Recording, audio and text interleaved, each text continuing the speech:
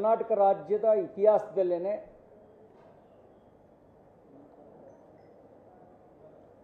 ನಿರ್ಭಯವಾಗಿ ಯಾವುದೇ ಭಯಭೀತಿ ಇಲ್ಲದೆ ನಡೆಸಿದ ಲೂಟಿ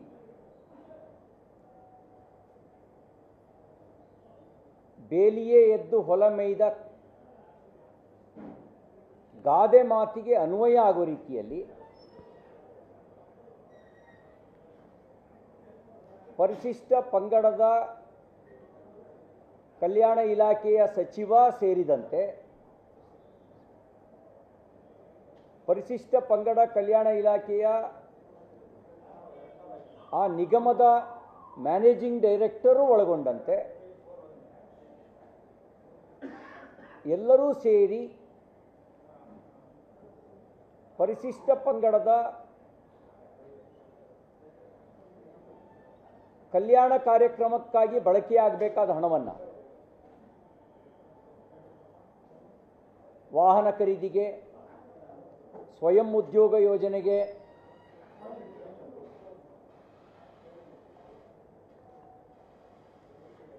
ವ್ಯಾಪಾರ ಸಾಲಕ್ಕೆ, ಈ ರೀತಿ ಅವರ ಕಲ್ಯಾಣದ ಕಾರ್ಯಕ್ರಮಕ್ಕೆ ಬಳಕೆಯಾಗಬೇಕಾದ ಅನುದಾನವನ್ನು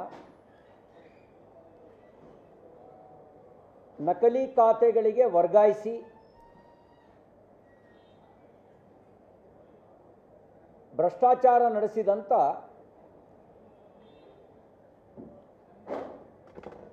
ರಾಜ್ಯದ ಒಂದು ಬೃಹತ್ ಹಗರಣ.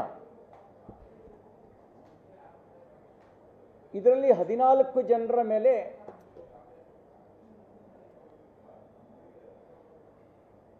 FIR ದಾಖಲಾಗಿ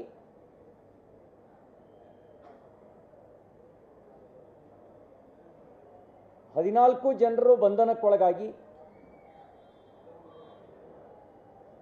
ಕೆಲವರು ನ್ಯಾಯಾಲಯದಿಂದ ಷರತ್ತಿನ ಮೇಲೆ ಜಾಮೀನನ್ನ ಪಡೆದಿದ್ದಾರೆ. ಕೆಲವರು ಇನ್ನೂ ನ್ಯಾಯಾಂಗ ಬಂಧನದಲ್ಲೇ ಇದ್ದಾರೆ.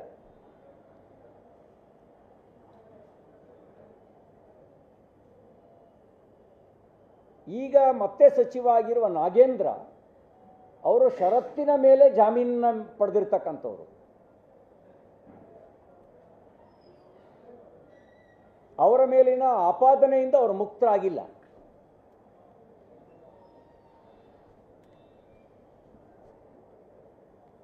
ಭಾರತದ ಸಂವಿಧಾನ ಪ್ರತಿಯೊಬ್ಬ ಭಾರತೀಯರಿಗೂ ಭದ್ರತೆಯನ್ನು, ರಕ್ಷಣೆಯನ್ನು ಕೊಟ್ಟಿದೆ. ಅದೇ ಸಂವಿಧಾನ ಭ್ರಷ್ಟಾಚಾರ ನಡೆಸಿದವರಿಗೆ BNS 170 ಅನ್ವಯ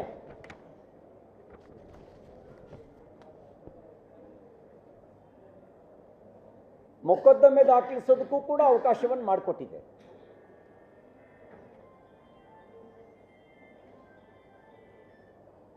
ಭ್ರಷ್ಟಾಚಾರಿಗಳಿಗೆ ಜಾತಿ ಇಲ್ಲ.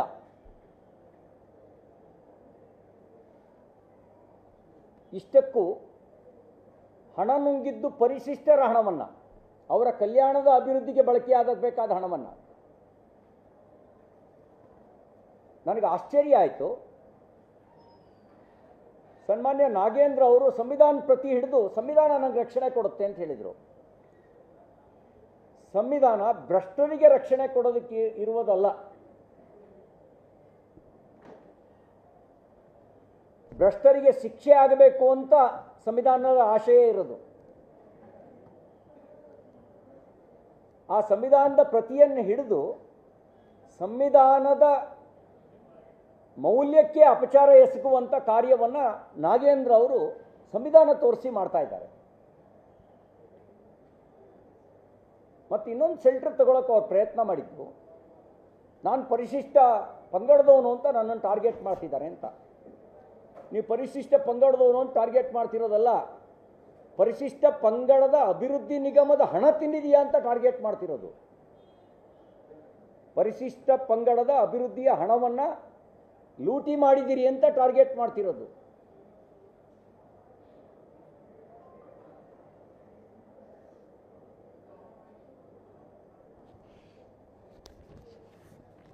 ಎರಡು ಮೂರು ಘಟನೆಗಳು ಇಲ್ಲಿ ಉಲ್ಲೇಖ ಮಾಡಬೇಕು. ಒಂದು, ಮೃತ ಚಂದ್ರಶೇಖರ್ನವರ ಡೆತ್ ನೋಟ್.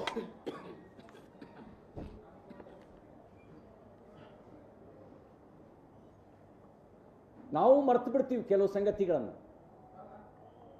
ಆ ಚಂದ್ರಶೇಖರ್ ಅನ್ನೋರು ಏನು ಬರೆದಿದ್ದಾರೆ?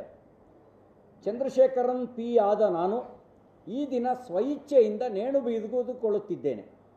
ನನ್ನ ಸಾವಿಗೆ ಕಾರಣರಾದವರ ಪಟ್ಟಿ ಈ ಕೆಳಗಿನಂತಿದೆ. ಶ್ರೀ ಪದ್ಮನಾಭ, ವ್ಯವಸ್ಥಾಪಕ ನಿರ್ದೇಶಕರು. ಶ್ರೀ ಪರಶುರಾಮ, ಲೆಕ್ಕಾಧಿಕಾರಿಗಳು. ಶ್ರೀಮತಿ ಸುಜಸ್ಮತಾ ರೌಲ್, ಮುಖ್ಯ ವ್ಯವಸ್ಥಾಪಕರು, ಯೂನಿಯನ್ ಬ್ಯಾಂಕ್ ಆಫ್ ಇಂಡಿಯಾ. ಇತ್ತೀಚೆಗೆ ಮಾರ್ಚ್ 24ರ ಮಾಹೆಯಲ್ಲಿ ಕಡ್ಡಾಯವಾಗಿ ನಿಗಮವು union bank of India Vasanth Nagar ಶಾಖೆ ಬೆಂಗಳೂರಿನಲ್ಲಿ ಬ್ಯಾಂಕ್ ಉಳಿತಾಯ ಖಾತೆ ಸಂಖ್ಯೆ ನಿರ್ವಹಿಸುತ್ತಿದ್ದ ಖಾತೆ ಸಂಖ್ಯೆಯಲ್ಲಿ ಉಪ ಖಾತೆ ಸಂಖ್ಯೆ ಸೋನ್ಸೋ ಸ್ವೀಪ್ ಇನ್ ಸ್ವೀಪ್ ಔಟ್ ಅಕೌಂಟನ್ನು ವಸಂತನಗರ ಶಾಖೆಯಿಂದ MG ರಸ್ತೆ ಶಾಖೆಗೆ ವರ್ಗಾಯಿಸಲು ಪತ್ರ ಬರೆಯಲು ಸೂಚಿಸಿ, ಈಗ ಇಲ್ಲಿಂದಲೇ ಇರೋದು, ಮಾನ್ಯ ಸಚಿವರು ಮೌಖಿಕವಾಗಿ ಸೂಚಿಸಿರುವ ಹಿನ್ನೆಲೆಯಲ್ಲಿ ವರ್ಗಾಯಿಸಲು ಕೋರಲಾಗಿ, ಮಾನ್ಯ ಸಚಿವರು ಮೌಖಿಕವಾಗಿ ಸೂಚಿಸಿರುವ ಹಿನ್ನೆಲೆಯಲ್ಲಿ ವರ್ಗಾಯಿಸಲು ಕೋರಲಾಗಿ ವಸಂತನಗರ ಶಾಖೆಯ ವ್ಯವಸ್ಥಾಪಕರು ಶೋಭನಾರವರು ನಿರಾಕರಿಸಿದ ಹಿನ್ನೆಲೆ ಉಪಖಾತೆಯ ಸಂಖ್ಯೆ, ಆ ಖಾತೆ ನಂಬರ್ ಹಾಕಿದ್ದಾರೆ, ಒತ್ತಾಯದ ಮೂಲಕ ಜೀರೋ ಬ್ಯಾಲೆನ್ಸ್ ಅಕೌಂಟನ್ನು MG ರಸ್ತೆ ಶಾಖೆಗೆ ದಿನಾಂಕ 4/3/2024 ವರ್ಗಾಯಿಸಿ ಸದರಿ ಖಾತೆಗೆ 187 ಕೋಟಿ ರೂಪಾಯಿ ಹಣವನ್ನು ವರ್ಗಾಯಿಸಿ ಮಾಡಲಾಗಿದೆ. ಯಾರ ಸೂಚನೆ ಮೇರೆಗೆ? ಸಚಿವರ ಸೂಚನೆ ಮೇರೆಗೆ. ಅವತ್ತು ಯಾರು ಪರಿಶಿಷ್ಟ ಪಂಗಡ ಕಲ್ಯಾಣದ ಸಚಿವರು? ಸನ್ಮಾನ್ಯ ನಾಗೇಂದ್ರ ಅವರು ಪರಿಶಿಷ್ಟ ಕಲ್ಯಾಣ ಖಾತೆಯ ಸಚಿವರು. ಇವರ ಮೌಖಿಕ ಸೂಚನೆಯ ಮೇರೆಗೆ ಇನ್ನು ಅದರ ವಿವರಕ್ಕೆ ಇನ್ನು ಪೂರ್ತಿ ವಿವರಕ್ಕೆ ಹೋಗಲ್ಲ. ಆದರೆ ಈ ಫೋಟೋ ನೋಡಿ, ಇಲ್ಲಿ ತಲೆ ಬಗ್ಗಿಸ್ಕೊಂಡು ಕೂತಿರೋನು ಸ್ಪೆಷಲ್ ಏರ್ಕ್ರಾಫ್ಟ್ನಲ್ಲಿ, ಈ ಭಾಗದಲ್ಲಿ ಕೂತಿರೋನು Nekkunti Nagaraju, one of the accused. ಈ ಕಡೆ ತಲೆ ಬಗ್ಗಿಸಿ ಕೂತಿರ್ತಕ್ಕಂಥವ್ರು ಹಿಂದಿನ ಉಪಮುಖ್ಯಮಂತ್ರಿಗಳು, ಇಂದಿನ ಮುಖ್ಯಮಂತ್ರಿಗಳು, ಹಿಂದಿನ ಉಪಮುಖ್ಯಮಂತ್ರಿಗಳು, ಇಂದಿನ ಮುಖ್ಯಮಂತ್ರಿಗಳು. ಹಾಗೆ ಹಿಡ್ಕೊಂಡಿರ್ರಿ. ಇದು ನೆಕ್ಕುಂಟಿ ನಾಗರಾಜು. ಸನ್ಮಾನ ಹಿಂದಿನ ಉಪಮುಖ್ಯಮಂತ್ರಿಗಳಿಗೆ, ಇಂದಿನ ಮುಖ್ಯಮಂತ್ರಿಗಳಿಗೆ. ಇದು ಇಟ್ಕೊಳ್ಳಿ. ಇದು ಹಿಂದಿನ ಮುಖ್ಯಮಂತ್ರಿಗಳಿಗೆ ಅವ್ರ ಮನೆಯಲ್ಲಿ. ಇದು Nekkunti Nagaraj, one of the accused. ಇದು ಈಗಿನ ಮುಖ್ಯಮಂತ್ರಿಗಳ ಜೊತೆಗೆ ಏರ್ಪೋರ್ಟ್ನಿಂದ ಸ್ಪೆಷಲ್ ಫ್ಲೈಟ್ನಿಂದ ವಾಪಸ್ ಬರ್ತಾ ಇರೋದು. ಇದು ನಾಗೇಂದ್ರ ಜೊತೆಗೆ ಇನ್ನ ಫೋಟೋ. ಇದು ನಾಗೇಂದ್ರ ಜೊತೆಗಿನ ಫೋಟೋ. ಇನ್ನೊಂದು ಇಟ್ಕೊಳ್ಳಿ. ಇದು ನಾಗೇಂದ್ರ ಜೊತೆಗಿನ ಫೋಟೋ.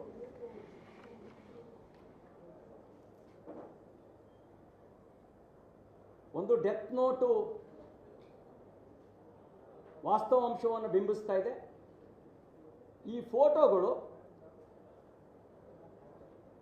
ಕಿಂಗ್ ಪಿನ್ಗೂ ಸಚಿವರಿಗೂ, ಕಿಂಗ್ ಪಿನ್ಗೂ ಕಾಂಗ್ರೆಸ್ನ ಮುಖಂಡರುಗಳಿಗೂ, ಕಿಂಗ್ ಪಿನ್ಗೂ ಮುಖ್ಯಮಂತ್ರಿ, ಮಾಜಿ ಮುಖ್ಯಮಂತ್ರಿಗಳಿಗೂ ಇರುವ ಗಹನವಾಗಿರ್ತಕ್ಕಂಥ ಸಂಬಂಧವನ್ನು ಸೂಚಿಸ್ತಾ ಇದೆ. ಸ್ಪೆಷಲ್ ಏರ್ಕ್ರಾಫ್ಟ್ನಲ್ಲಿ ಸಾಮಾನ್ಯ ಜನ ಮುಖ್ಯಮಂತ್ರಿಗಳ ಜೊತೆಗೆ ಒಟ್ಟಿಗೆ ಹೋಗ್ಲಿಕ್ಕಾಗಲ್ಲ. ವಿಶೇಷವಾಗಿರುವ ಜನ ಮಾತ್ರ ಹೋಗ್ಲಿಕ್ಕೆ ಸಾಧ್ಯ. ಸ್ಪೆಷಲ್ ಯಾರಿರ್ತಾರೆ ಅವರು ಮಾತ್ರ ಹೋಗಲಿಕ್ಕೆ ಸಾಧ್ಯ. ನೆಕ್ಕುಂಟಿ ನಾಗರಾಜು ಆತ ನಾಗೇಂದ್ರ ಮತ್ತು MD ಪರಶುರಾಮ ಅಕೌಂಟೆಂಟು ಒಟ್ಟಿಗೆ ಶಾಂಗ್ರಿಲಾ ಹೋಟೆಲ್ನಲ್ಲಿ ಮೀಟಿಂಗ್ ಮಾಡ್ತಾರೆ. ಅಲ್ಲಿ ನಾಗೇಂದ್ರ ಒಂದು ಮೌಖಿಕ ಸೂಚನೆ ಕೊಡ್ತಾರೆ.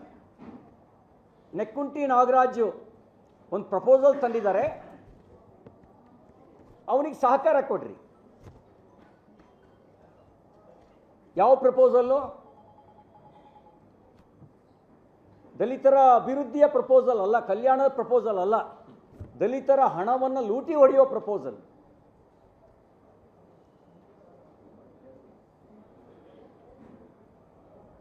ಇಂತಹ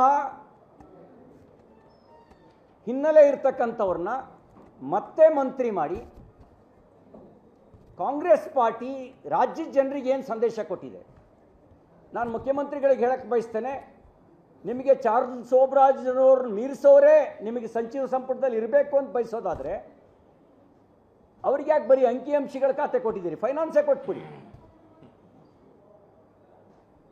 ಒಂದು ನಿಗಮದಲ್ಲೇ 187 ಕೋಟಿ ಹೆಂಗೆ ಟ್ರಾನ್ಸ್ಫರ್ ಮಾಡಬೇಕು ನಕಲಿ ಖಾತೆಗಳಿಗೆ ಅಂತ ಎಕ್ಸ್ಪರ್ಟೈಸ್ ಇರುವಂಥ ಮನುಷ್ಯನನ್ನು ನೀವು ಸರಿಯಾಗಿ ಸದುಪಯೋಗ ಪಡಿಸ್ಕೊಳ್ಬೇಕು.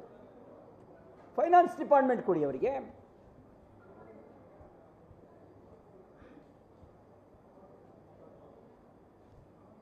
ಆಗ ನಮ್ಮ ರಾಜ್ಯದಲ್ಲಿರೋ ಎಲ್ಲ ಖಜಾನೆ ಹಣವನ್ನು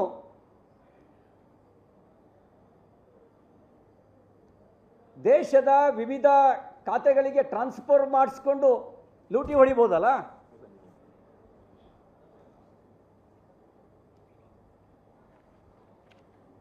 ಈ ವಿಷಯದಲ್ಲಿ ಜಾತಿಯ ಬಳಕೆ ಮಾಡೋದು ಆ ಸಮುದಾಯಕ್ಕೆ ಮಾಡುವ ಅಪಮಾನ. ಯಾವುದೇ ಸಮುದಾಯ ಲೂಟಿಕೋರರನ್ನು ನಮ್ಮವನು ಅಂತ ಭಾವಿಸೋದಿಲ್ಲ. ಸಮುದಾಯದ ಹಣ ಲೂಟಿ ಹೊಡೆದವನು ನಮ್ಮವನು ಅಂತ ಭಾವಿಸೋದಿಲ್ಲ. ಮತ್ತು ಸಂವಿಧಾನ ಕಳ್ಳನನ್ನು ಕಳ್ಳ ಅಂತ ಹೇಳಕ್ಕೆ ಹೇಳುತ್ತೆ ಹೊರತು ಕಳ್ಳ ಯಾವ ಜಾತಿಯವನು ಅನ್ನೋದ್ರ ಮೇಲೆ ಅವನು ಕಳ್ಳ ಹೌದೋ ಅಲ್ವೋ ಅಂತ ಕಾನೂನು ತೀರ್ಮಾನ ಮಾಡಲ್ಲ. ಇನ್ನೊಬ್ಬ PA Nagaraju, he is also one of the accused. ಅವನ ಪಾತ್ರದ ಬಗ್ಗೆಯೂ ಕೂಡ ಈಗಾಗಲೇ ಮಧ್ಯಂತರ ವರದಿಯಲ್ಲಿ ರಿಪೋರ್ಟ್ ಆಗಿದೆ. ನಾವೀಗ ನಾಗೇಂದ್ರ ಅವರ ರಾಜೀನಾಮೆಯನ್ನು ಕೇಳ್ತಿರೋದು ಸಂವಿಧಾನದ ಅಡಿಯಲ್ಲೇ ರಾಜೀನಾಮೆ ಕೇಳ್ತಾ ಇದ್ದೀವಿ. ನಿಮ್ಮಂಥವರು ಇಷ್ಟೆಲ್ಲ ಆಧಾರ ಇದ್ದಾಗಲೂ ಕೂಡ ಮತ್ತೆ ಮಂತ್ರಿಯಾಗೋದು ಪ್ರಜಾಪ್ರಭುತ್ವ ವ್ಯವಸ್ಥೆಗೆ ಕಳಂಕ, ST ಸಮುದಾಯಕ್ಕೆ ಕಳಂಕ.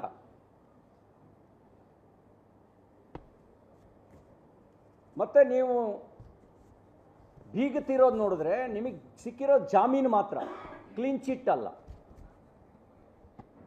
ಕೋರ್ಟ್ ನಿಮ್ಮನ್ನು ನಿಮ್ಮೆಲ್ಲ ಕೇಸ್ ಮೊಕದ್ದಮೆಗಳ ಆಪಾದನೆಯಿಂದ ಮುಕ್ತರನ್ನಾಗಿ ಮಾಡಿಲ್ಲ, ಕೇವಲ ಕಂಡೀಷನಲ್ ಬೇಲ್ ಕೊಟ್ಟಿದೆ, ಷರತ್ತುಬದ್ಧ ಜಾಮೀನು ಮಾತ್ರ ಕೊಟ್ಟಿದೆ. ಬಹುತೇಕ ಎಲ್ರಿಗೂ ಕೊಡುತ್ತೆ. ಇನ್ನೊಂದು ಸಂಗತಿ, 13ನೇ ಆರೋಪಿ ಈ ಪ್ರಕರಣದ ಸತ್ಯನಾರಾಯಣ್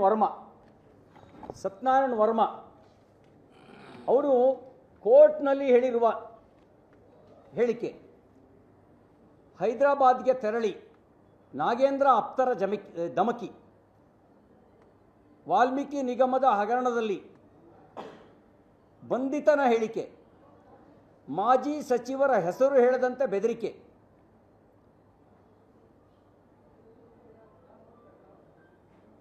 ತನ್ನ ಹೈದರಾಬಾದ್ ಮನೆಗೆ ಬಂದು ನಾಗೇಂದ್ರ ಕಡೆಯವರು ಹಗರಣದಲ್ಲಿ ಸಚಿವರ ಹೆಸರು ಹೊರಬರದಂತೆ ನೋಡಿಕೊಳ್ಳಬೇಕೆಂದು ಬೆದರಿಸಿದ್ದರು ಎಂದು ಆರೋಪಿ ಸತ್ಯನಾರಾಯಣ್ ವರ್ಮ ಕೋರ್ಟ್ ಮುಂದೆ ಹೇಳಿಕೆ ನೀಡಿದ್ದಾನೆ. ಈ ಆರೋಪವನ್ನು ಗಂಭೀರವಾಗಿ ಪರಿಗಣಿಸಿದ ನಗರದ 3ನೇ ಹೆಚ್ಚುವರಿ ACMM ನ್ಯಾಯಾಲಯವು ಪ್ರಕರಣದಲ್ಲಿ 13ನೇ ಆರೋಪಿಯಾಗಿರುವ ಹೈದರಾಬಾದಿನ ಸತ್ಯನಾರಾಯಣ್ ವರ್ಮನಿಗೆ ನಾಗೇಂದ್ರ ಅವರಿಗಿಂದ ಜೀವ ಬೆದರಿಕೆ ಇರುವ ಆರೋಪ ಕುರಿತಂತೆ ತನಿಖೆ ನಡೆಸಿ ವರದಿ ಸಲ್ಲಿಸಬೇಕೆಂದು ಹಲಸೂರು ಗೇಟ್ ಠಾಣೆ ಪೊಲೀಸರಿಗೆ ನಿರ್ದೇಶನ ನೀಡಿದೆ. ಕೋರ್ಟ್ ನಿರ್ದೇಶನ ನೀಡಿರೋದು. ಇದನ್ನೆಲ್ಲ ನೋಡಿದಾಗ, ಈ ಫೋಟೋಗಳನ್ನೆಲ್ಲ ನೋಡಿದಾಗ ನಾಗೇಂದ್ರ ಹಾಲಿ ಮಾಜಿ ಮುಖ್ಯಮಂತ್ರಿಗಳಿಗೆ ಮತ್ತು ಹೈಕಮಾಂಡ್ಗೆ ಬ್ಲಾಕ್ ಮೇಲ್ ಮಾಡಿರುವ ಸಾಧ್ಯತೆ ಇದೆ.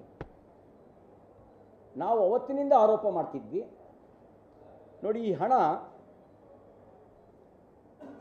ಲ್ಯಾಂಬೋರ್ಗಿನಿ ಕಾರ್ ಶೋರೂಮಿಗೆ ಹೋಯಿತು, ಬಾರ್ಗಳಿಗೆ ಹೋಯಿತು, ರಿಟೈಲ್ ಬ್ರಾಂಡಿ ಶಾಪ್ಗಳಿಗೆ ಹೋಯಿತು, ಚಿನ್ನ ಬೆಳ್ಳಿ ಅಂಗಡಿಗಳಿಗೆ ಹೋಯಿತು, ಜ್ಯುವೆಲರಿ ಶಾಪ್ಗೆ.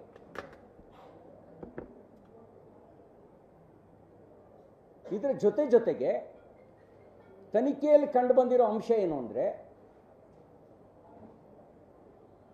ತೆಲಂಗಾಣ ಮತ್ತು ಬಳ್ಳಾರಿ ಚುನಾವಣೆಗೆ ಹಣ ಬಳಕೆಯಾಗಿದೆ ಅಂತ ಹೇಳಿ.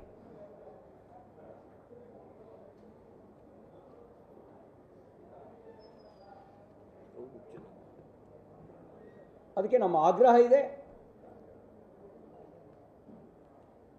ಮಾನ್ಯ ಮುಖ್ಯಮಂತ್ರಿ ಡಿ ಕೆ ಶಿವಕುಮಾರ್ ಅವರೇ, ನೀವು ಹೇಳ್ತಾ ಇದ್ದೀರಿ ಭ್ರಷ್ಟಾಚಾರವನ್ನು ನನ್ನ ಸರ್ಕಾರ ಸಹಿಸೋದಿಲ್ಲ.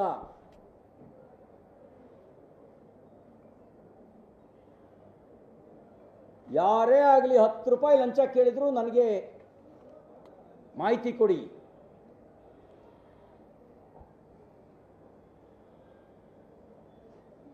ಈ 187 ಕೋಟಿ ಹಣ ಲೂಟಿ ಹೊಡೆದವನು ಮಂತ್ರಿ ಮಾಡಿ ನಾನು ಭ್ರಷ್ಟಾಚಾರನ ಸಹಿಸೋದಿಲ್ಲ ಅಂತ ಹೇಳೋದಾದ್ರೆ ಜನ ಅದನ್ನು ಭಾವಿಸ್ತಾರೆ ಭೂತದ ಬಾಯಲ್ಲಿ ಭಗವದ್ಗೀತೆ ಅಂತ ಹೇಳಿ.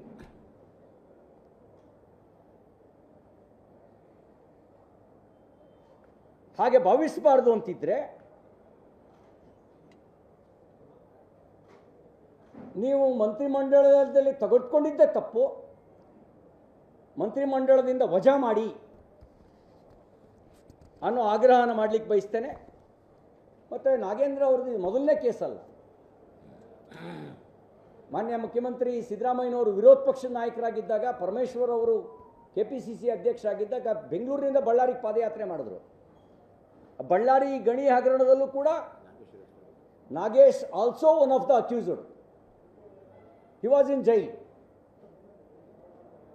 ಆ ಸಂದರ್ಭದಲ್ಲಿ ನಾಗೇಂದ್ರರು ಕೂಡ ಜೈಲಲ್ಲಿದ್ದರು.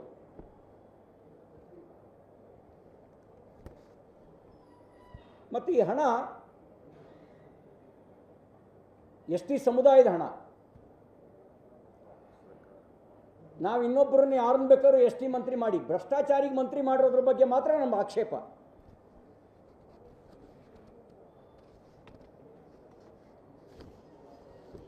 ಒಬ್ಬ ಅಮಾಯಕ ಪ್ರಾಮಾಣಿಕ ಅಧಿಕಾರಿ ಆತ್ಮಹತ್ಯೆ ಮಾಡ್ಕೊಂಡಲ್ಲ, ಇವ್ರನ್ನ ಮಂತ್ರಿ ಮಾಡಿ ಏನು ಸಂದೇಶ ಕೊಟ್ರಿ ನೀವು ಪ್ರಾಮಾಣಿಕರಿಗೆ?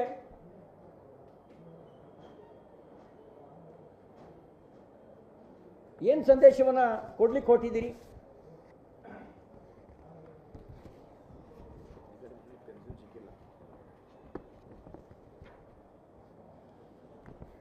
ಬಹುಶಃ ನನಗೆ ಅನುಮಾನ ಇದೆ, ನಾಗೇಂದ್ರ ಅವ್ರನ್ನ ಮುಂದುವರಿಸಿರೋದ್ರ ಹಿನ್ನೆಲೆಯಲ್ಲಿ ಇಷ್ಟೆಲ್ಲ ನಾವು ನಿರಂತರ ಹೋರಾಟ ಮಾಡ್ತಾ ಇದ್ರು, ಮುಂದುವರಿಸಿರೋದ್ರ ಜೊತೆಗೆ ಬಂಡತನದಲ್ಲಿ ಸಮರ್ಥನೆ ಮಾಡ್ತಿರೋದು ನೋಡಿದಾಗ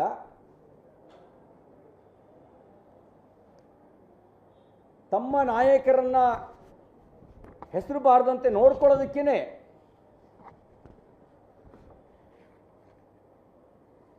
ಇವ್ರನ್ನ ಮುಂದುವರಿಸಿದ್ದಾರೆ ಅಂತ ಅನಿಸುತ್ತೆ. ಇವ್ರನ್ನೇ ಮಂತ್ರಿ ಮಾಡಿದ ಮೇಲೆ ಆ MD ಪದ್ಮನಾಭನ್ನ, ಅಕೌಂಟೆಂಟು ಪರಶುರಾಮನ್ನ, ಅವನು ಯಾವುದಾದ್ರು ಒಂದು ಪೋರ್ಟ್ಫೋಲಿಯೋ ಕೊಟ್ಟು ಲೂಟಿ ಹೊಡೆಯೋದಕ್ಕೆ ಸಲಹೆ ಕೊಡುವ ವಿಶೇಷ ಅಧಿಕಾರಿ ಅಂತ ನೇಮಕ ಮಾಡಿಬಿಡಿ.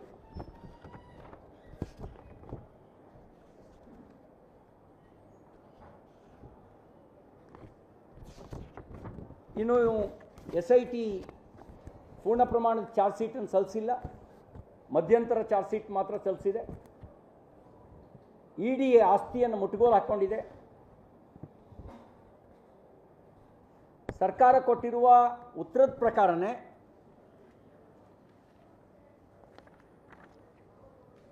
ಇನ್ನೂ 46 ಕೋಟಿಗೂ ಹೆಚ್ಚು ಹಣ ವಶಕ್ಕೆ ತಗೊಂಡಿಲ್ಲ, ಕೇವಲ ಅಕೌಂಟ್ನ ಫ್ರೀಸ್ ಮಾಡಿದ್ದಾರೆ, ಆದರೆ ರಿಕವರಿ ಆಗಿಲ್ಲ.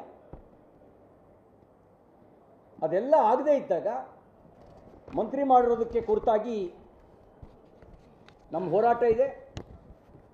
ಮತ್ತು ಇನ್ನೊಂದು ಮಾತು ಹೇಳಿದ್ದಾರೆ, ನಾಗೇಂದ್ರ ಅವರು ಒಂದು ಪ್ರಶ್ನೆ ಎತ್ತಿರೋದು, ನಾನು ಅದನ್ನು ಸ್ವಾಗತ ಮಾಡ್ತೀನಿ. ನನಗೆ ಯಾಕೆ ಅಲ್ಪಸಂಖ್ಯಾತರ ಅಭಿವೃದ್ಧಿ ನಿಗಮದಲ್ಲಿ ಆಗಿಲ್ವಾ, ಜಮೀರನ್ನ ಯಾಕೆ ರಾಜೀನಾಮೆ ಕೇಳ್ತಾ ಇಲ್ಲ ಅನ್ನೋದನ್ನು ಇಂಡೈರೆಕ್ಟಾಗಿ ಹೇಳಿದ್ದಾರೆ. ಭಾಗ್ಯಲಕ್ಷ್ಮಿ ಹಣ ಅಲ್ಲ, ಗೃಹಲಕ್ಷ್ಮಿ ಹಣ 5,000 ಕೋಟಿ ರೂಪಾಯಿ, ಅದ್ರ ಲೆಕ್ಕ ಸಿಗ್ತಾ ನಿಮಗೆ ಅನ್ನೋ ಪ್ರಶ್ನೆನ ಇಂಡೈರೆಕ್ಟಾಗಿ ಕೇಳಿದ್ದಾರೆ. ಅಂದರೆ ಹಿಂಗೆ ಇಂಡೈರೆಕ್ಟಾಗಿ ಕೇಳೋದ್ರ ಮೂಲಕ ಹಗರಣ ಕಾರ್ಮಿಕ ಇಲಾಖೆಯಲ್ಲೂ ಆಗಿದೆ, ಹಗರಣ ಅಲ್ಪಸಂಖ್ಯಾತರ ಕಲ್ಯಾಣ ಇಲಾಖೆಯಲ್ಲೂ ಆಗಿದೆ, ಹಗರಣ ಮಹಿಳಾ ಮತ್ತು ಮಕ್ಕಳ ಕಲ್ಯಾಣ ಇಲಾಖೆಯಲ್ಲೂ ಆಗಿದೆ, ಹಗರಣ ಆಹಾರ ಮತ್ತು ನಾಗರಿಕ ಸರಬರಾಜು ಇಲಾಖೆಯಲ್ಲೂ ನಡೆದಿದೆ. ನನ್ನ ಯಾಕೆ ಮಾತ್ರ ಕೇಳ್ತಾ ಇದ್ದೀರಿ ಅಂತ ಹೇಳ್ತಾ ಇದ್ದೀರಿ. ನೀವು ಹೇಳಿದ್ರ ಕಡೆಗೂ ಗಮನ ಹರಿಸ್ತೀವಿ. ನಿಮ್ಮದು ಅಂಗೈ ಹುಣ್ಣಿನಷ್ಟು ಸ್ಪಷ್ಟವಾಗಿರೋದು, ಇದಕ್ಕೆ ದುರ್ಬೀನಿನ ಅವಶ್ಯಕತೆ ಇಲ್ಲ. ಅದಕ್ಕೆ ಸ್ವಲ್ಪ ಎಕ್ಸ್ರೇ ಸ್ಕ್ಯಾನಿಂಗಿನ ಅವಶ್ಯಕತೆ ಇದೆ. ಆ ಎಕ್ಸ್ರೇ ಸ್ಕ್ಯಾನಿಂಗ್ ಮಾಡ್ತಾ ಇದ್ದೀವಿ. ಆ ರಿಪೋರ್ಟ್ ಬಂದ ಮೇಲೆ ಅವ್ರನ್ನೂ ನಿಮ್ಮ ಜಾಗಕ್ಕೆ ನಿಲ್ಲಿಸ್ತೇವೆ. ಈಗ ಅಂಗೈ ಹುಣ್ಣಿನಗೆ ಎಕ್ಸ್ರೇ ಅವಶ್ಯಕತೆ ಇಲ್ಲ, ನೀವು ರಾಜೀನಾಮೆ ಕೊಡಿ. ಹೌದೌದು, ಅರ್ಥ ಇದೆ, ಅರ್ಥ ಇದೆ. ಅದನ್ನು ನಾವು ಗಂಭೀರವಾಗಿ ತಗೊಳ್ತೀವಿ.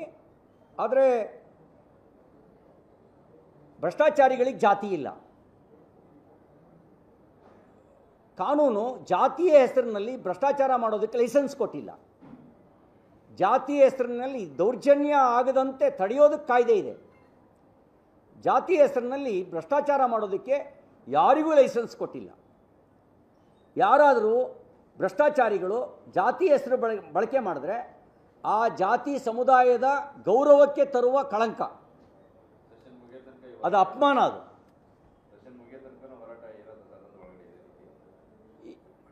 ಈಗ ನೀವು ಯೋಚನೆ ಮಾಡಿ, ಇದರಲ್ಲಿ ನೈತಿಕ ಹೊಣೆ ಅಲ್ಲ. He is also one of the accused.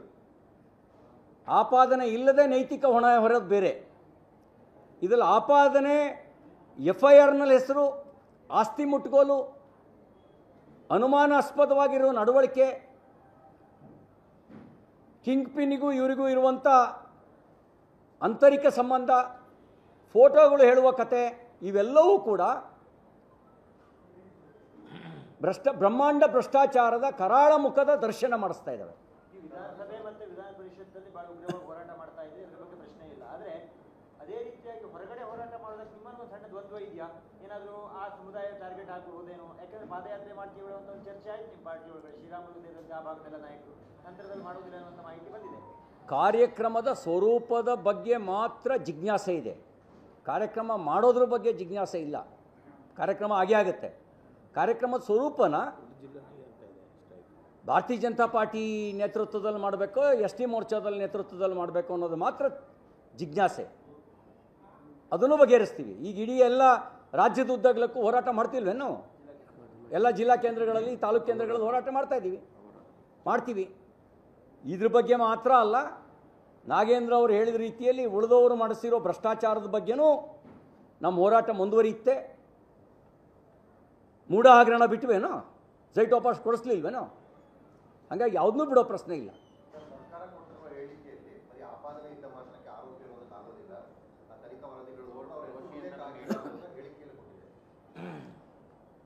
ಈಗ ಲೂಟಿ ಹೊಡೆದಿರೋ ಸುಳ್ಳ, ಬರೀ ಆಪಾದನೆ ಅಲ್ಲ, ಪ್ರೂವನ್ ಲೂಟಿ ಪ್ರೂವನ್. ನಾಗೇಂದ್ರ ಪಾದ ಡೆತ್ ನೋಟ್ ಏನು ಹೇಳುತ್ತೆ? ಮೌಖಿಕ ಸೂಚನೆ. ಇದಕ್ಕಿಂತ ಇನ್ನೇನು ಬೇಕು? ಸಚಿವರ ಮೌಖಿಕ ಸೂಚನೆಯ ಮೇರೆಗೆ ಏನು ಹೇಳುತ್ತಿದ್ದು? ಹೌಸ್ನಲ್ಲಿ CM ಸಿದ್ದರಾಮಯ್ಯ ಅಲ್ಲ, ಇದು ಮೌಖಿಕ ಸೂಚನೆ ಮೇರೆಗೆ ಏನು ಹೇಳುತ್ತೆ? ಇದಕ್ಕಿಂತ ಇನ್ನೇನು ಬೇಕು?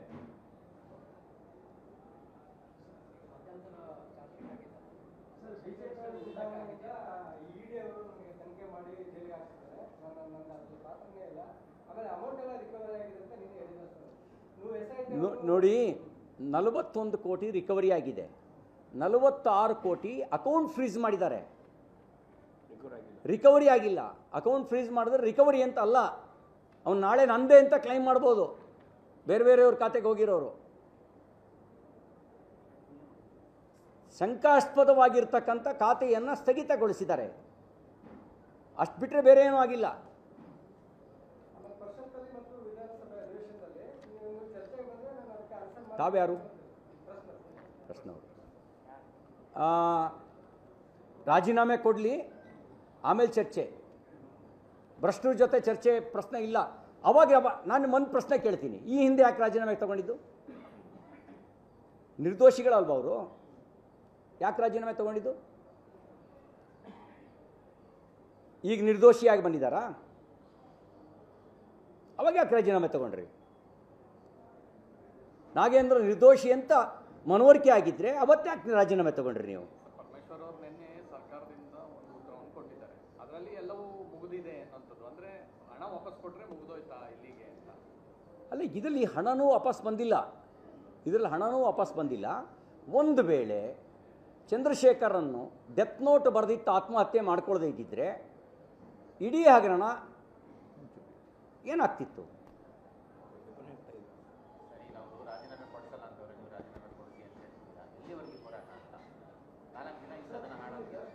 ಜನಮೇಜಯರಾಯ ಸರ್ಪಯಾಗ ಮಾಡ್ತಾ ಇದ್ದ.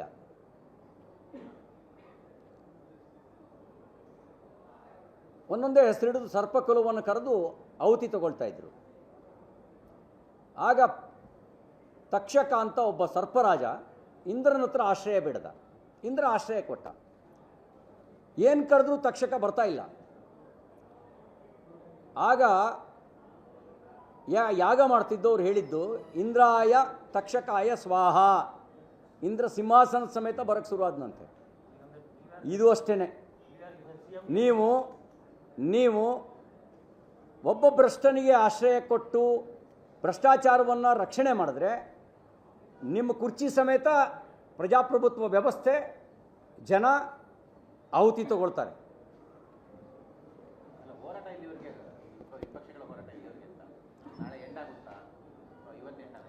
ನಾವೇನು ಅಂದರೆ ಭ್ರಷ್ಟಾಚಾರದ ಜೊತೆಗೆ ಬಂಡತನೂ ಸೇರ್ಕೊಂಡ್ರೆ ಅಂತಿಮ ನಿರ್ಣಯ ಯಾರು ಮಾಡಬೇಕು? ಇಲ್ಲಿವರೆಗೂ 3 ದಿನದಿಂದ ಹೋರಾಟ ಮಾಡಿದ್ದಾರೆ, ಸಾಕು ಬರ ಬೇರೆ ವಿಚಾರಗಳು ಚರ್ಚೆ ಮಾಡೋಣ ಅಂತ ಹೇಳಿ ಖಂಡಿತವಾಗಿಯೂ ನಮಗೆ ಬರದ ಬಗ್ಗೆ ಚರ್ಚೆ ಮಾಡಬೇಕು, ಬೆಲೆ ಏರಿಕೆ ಬಗ್ಗೆ ಚರ್ಚೆ ಮಾಡಬೇಕು, ಬಿಡದಿ ಬಗ್ಗೆ ಚರ್ಚೆ ಮಾಡಬೇಕು, ನೈಸ್ ಬಗ್ಗೆ ಚರ್ಚೆ ಮಾಡಬೇಕು. ಜ್ವಲಂತ ವಿಷಯಗಳು ಸಾಕಷ್ಟಿದ್ದಾವೆ, ಚರ್ಚೆ ಮಾಡಬೇಕು. ನಾವು KPSC ಬಗ್ಗೆ ಚರ್ಚೆ ಮಾಡಬೇಕು. KPSCಯ ಕರ್ಮಕಾಂಡ ಬಿಚ್ಚಿಡಬೇಕು. ಯಾರ ಮುಂದೆ ಬಿಚ್ಚಿಡೋದು?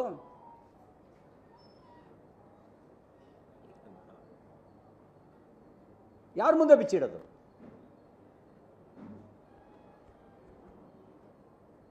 ಭ್ರಷ್ಟಾಚಾರಿಗಳನ್ನು ಕೂರಿಸ್ಕೊಂಡು ಭ್ರಷ್ಟಾಚಾರದ ಬಗ್ಗೆ ಮಾತಾಡಿದ್ರೆ ಗೋರ್ಕಲ್ಲ ಮೇಲೆ ನೀರು ಹುಯ್ದಂತೆ ಸರ್ವಜ್ಞ ಅಂತ ಆಗ್ಬಿಡುತ್ತೆ.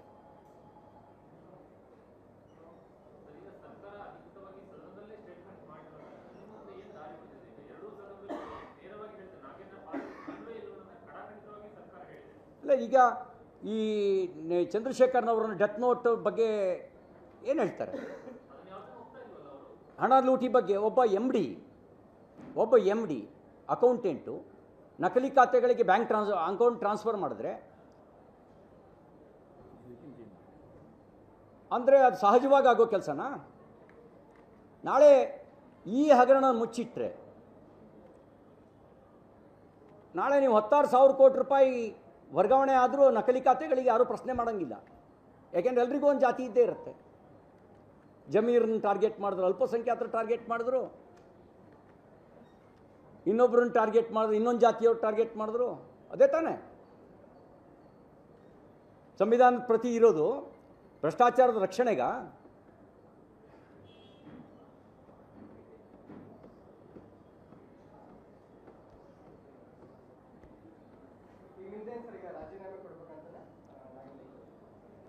ಇಲ್ಲ ಫೈನಾನ್ಸ್ ಮಿನಿಸ್ಟರ್ ಮಾಡ್ಬೇಕು ಅವ್ರನ್ನ ಅಂತ. ಅವ್ರನ್ನ ಫೈನಾನ್ಸ್ ಮಿನಿಸ್ಟರ್ ಮಾಡಿ, ಆ ನೆಕ್ಕುಂಟಿ ನಾಗರಾಜನ್ನ, MD ಪದ್ಮನಾಭನ್ನ, ಅವ್ರನ್ನೆಲ್ಲರನ್ನೂ ಲೂಟಿಗೆ ಸಲಹೆಗಾರರನ್ನಾಗಿ ಮಾಡ್ಕೊಳ್ಳಿ, ರಾಜ್ಯ ಉದ್ಧಾರ